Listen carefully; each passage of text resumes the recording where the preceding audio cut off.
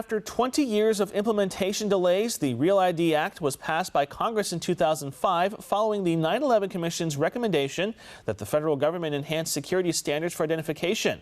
Now that the May 7th deadline is here, that's today, what does it mean for travelers with or without the new card? Sherelle Hubbard explains.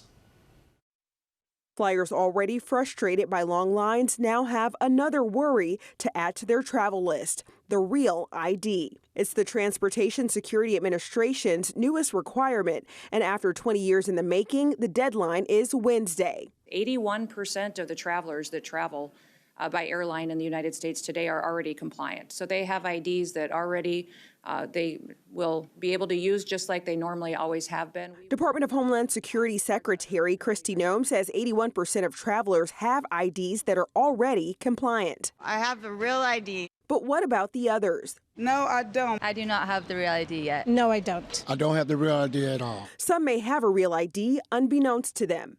If you see a star in the upper right-hand corner of your ID, usually a driver's license, you're all set. If you don't, because of long wait times at your local Department of Motor Vehicles office or plain old forgetfulness, you're in luck. We are going to process you. TSA's Steve Lawrence says although full implementation day is Wednesday, the TSA intends to help flyers through the process. A passport card, and other federally recognized IDs will be accepted. If you do not have the new Real ID, you may be diverted to a different line, have an extra step, and ultimately spend more time going through the security process, but you will be allowed to fly. You will not be turned away. I'm Sherelle Hubbard reporting.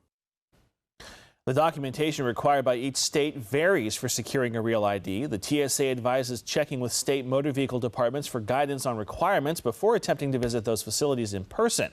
The TSA is also encouraging travelers to give themselves plenty of time for air travel to factor in possible delays at airport security checkpoints as the full implementation goes into effect.